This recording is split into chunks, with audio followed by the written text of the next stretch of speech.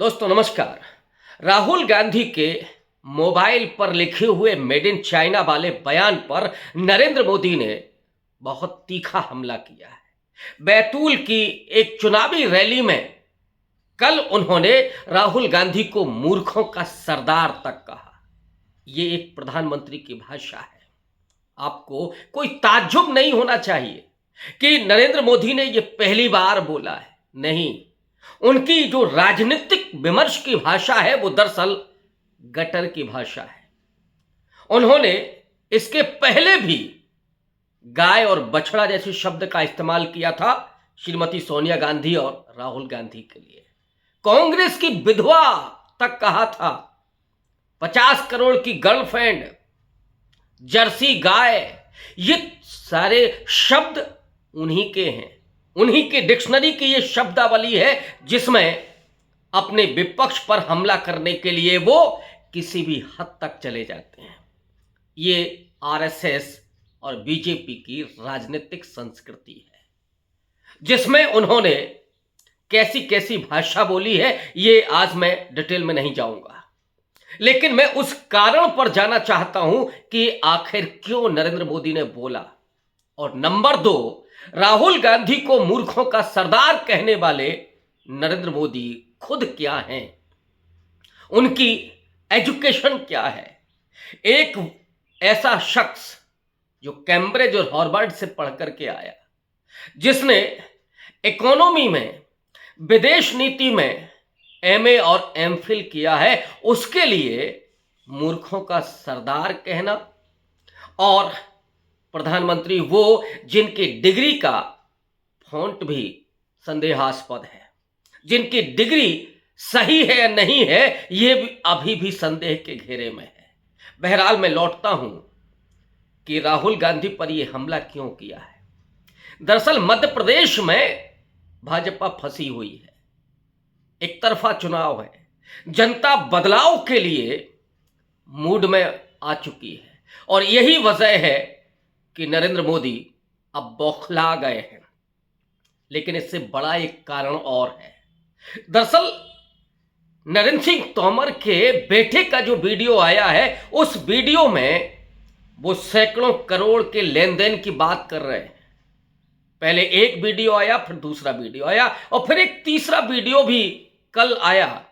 एक कनाडा का व्यक्ति जिसने ये दावा किया कि नरेंद्र सिंह तोमर के बेटे के साथ वही बातचीत कर रहा है, वही मोबाइल पर वीडियो कॉन्फ्रेंस पर बात कर रहा है। और उसने तो यहां तक कहा कि ये सिर्फ 500 करोड़ का मामला नहीं है, ये 100-200 करोड़ का मामला नहीं है, बल्कि 10,000 करोड़ का व्यवसाय है। दरअसल तोमर साहब के बेटे कनाडा में गांजा और भांग का बिजनेस करना चाहते हैं। उसके लिए ये सारा लेन देन चल रहा था। ये जैसे ही आया वीडियो, उसके बाद राहुल गांधी ने बहुत तीखा हमला किया इस करप्शन पर और उन वीडियो की चर्चा उन्होंने बार बार की। एमपी सरकार पर उन्होंने कहा कि ये 50% कमीशन वाली सरकार है और यहां से एमपी का चुनाव लगभग तय हो गया। मोदी जी की मुश्किल वही थी कि कैसे एमपी नहीं बल्कि जहां उम्मीदें हैं, राजस्थान को कैसे बचाया जाए, मध्य प्रदेश में कैसे डैमेज कंट्रोल किया जाए। इसीलिए उन्होंने इतना तीखा हमला किया, राहुल गांधी को मूर्खों का सरदार कहा, ताकि लोग इस तरफ चले जाएं, उन वीडियो की बात ना हो। राजनीतिक डिस्कोर्स में नरेंद्र सिंह तोमर के बेटे का भांग और गांजा का 10,000 करोड़ के बिजनेस की चर्चा ना हो, बल्कि ये चर्चा होने लगे कि नरेंद्र मोदी ने राहुल गांधी को मूर्खों का सरदार कहा है। और कल से मैं ये देख रहा हूं कि लगातार इसी पर चर्चा हो रही है। अब अगर नॉलेज की बात की जाए, एक और पॉइंट आ रहा है सामने कि दरअसल नरेंद्र मोदी ने इसलिए हमला किया है कि ताकि कोई कांग्रेस का लीडर बिलो द बेल्ट जाकर के मोदी पर हमला करे, मोदी के लिए किसी ऐसे गटर के शब्द का इस्तेमाल करे जिसको वो भुनाए। उसी मध्य प्रदेश में उन्होंने कहा कि लोग मुझे 4-4 गुना गालियां दे रहे हैं क्योंकि आपके लिए मैं काम कर रहा हूं। वो तो कर्नाटक में किलो के भाव में गालियां गिना रहे थे, अब मध्य प्रदेश में संख्या के हिसाब से गालियां बता रहे हैं कि आपके लिए हम गालियां खा रहे हैं, कांग्रेस के लोग गालियां दे रहे हैं। तो दरअसल एक स्ट्रेटजी ये भी थी कि कोई कांग्रेस का व्यक्ति आकर के नरेंद्र मोदी पर प्रहार करे और जिसको वो चुनाव में भुनाए। ये भी नहीं हुआ। इस पर कांग्रेस पार्टी की जो स्पोक्स पर्सन है, सोशल मीडिया इंचार्ज है सुप्रिया श्रीनेत ने जरूर तीखा हमला बोला, लेकिन वो भी सधी हुई भाषा में। उन्होंने कहा कि नरेंद्र मोदी झूठों के सरदार हैं। और ये डिस्कोर्स कहां लेकर के जा रहा है, अब जरा नरेंद्र मोदी की नॉलेज को थोड़ा सा समझ लिया जाए कि उनके पास डिग्री तो संदेहास्पद है ही, असल में नॉलेज क्या है। वो नरेंद्र मोदी जो वैज्ञानिकों के बीच में बैठ करके ये बताते हैं कि साहब एक चाय वाला ऐसा था जो नाले के गैस से चाय बनाता था, यानी जब उसका सिलेंडर खत्म हो गया तो उसने अपने उसको चूल्हे को कहां लगाया, नाले में, और उसकी गैस से चाय बनाया।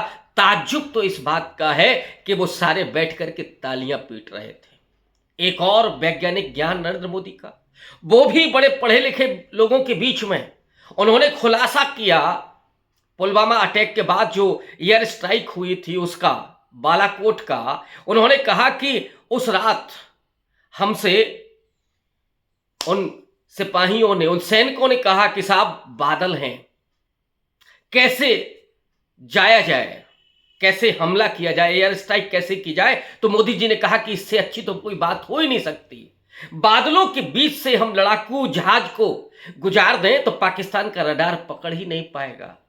अद्भुत ज्ञान है। और ये ज्ञान, उसकी पराकाष्ठा तो देखिए, जब वो ये कहते हैं कि तक्षशिला तो बिहार में है, जब वो ये कहते हैं कि सिकंदर यहां तक आया था, पटना तक, पाटलिपुत्र तक आया था, जब वो ये कहते हैं कि कबीर, नानक और गोरखनाथ एक साथ बैठ करके विचार विमर्श करते थे, ये नॉलेज की इंतहा है, ये नॉलेज की पराकाष्ठा है जो नरेंद्र मोदी बार बार देते रहते हैं। इतिहास में वो श्यामजी कृष्ण वर्मा और श्यामा प्रसाद मुखर्जी के बीच फर्क नहीं कर पाते हैं। वो नरेंद्र मोदी असल में क्या है, उन्हें टाइम मैगजीन ने 2019 के पहले लिखा था डिवाइडर इन चीफ। विभाजन की राजनीति बखूबी वो कर लेते हैं और ऐसी राजनीतिक भाषा बोलते हैं जो कभी किसी के लिए इस्तेमाल न की जाती हो। गटर की भाषा को इस्तेमाल करते हैं, वो शमशान कब्रिस्तान की बात करते हैं, वो दंगों की बात करते हैं, और वो हिंदू मुसलमान की बात करते हैं, कपड़ों से पहचानिए ये बात करते हैं। तो वो नरेंद्र मोदी अगर राहुल गांधी के लिए ये बात कह रहे हैं तो कोई उसमें हैरत की बात नहीं है। ये तो आरएसएस बीजेपी की अपनी संस्कृति ही है, लेकिन दरअसल ये बचाव में खेल किया जा रहा है और कांग्रेस पार्टी के लोगों को एक तरह से उनको उत्तेजित किया जा रहा है कि वो किसी तरह से उन पर हमला करें, प्रवोक करें। लेकिन ये नहीं हुआ, मंसूबा पूरा नहीं हुआ मोदी जी का, और इसने मोदी जी की ही छीछालेदर कर दी है कि वो राहुल गांधी के लिए किन शब्दों का इस्तेमाल कर रहे हैं। आज के वीडियो में बस इतना ही, मिलते हैं किसी और नए विमर्श के साथ। बहुत शुक्रिया।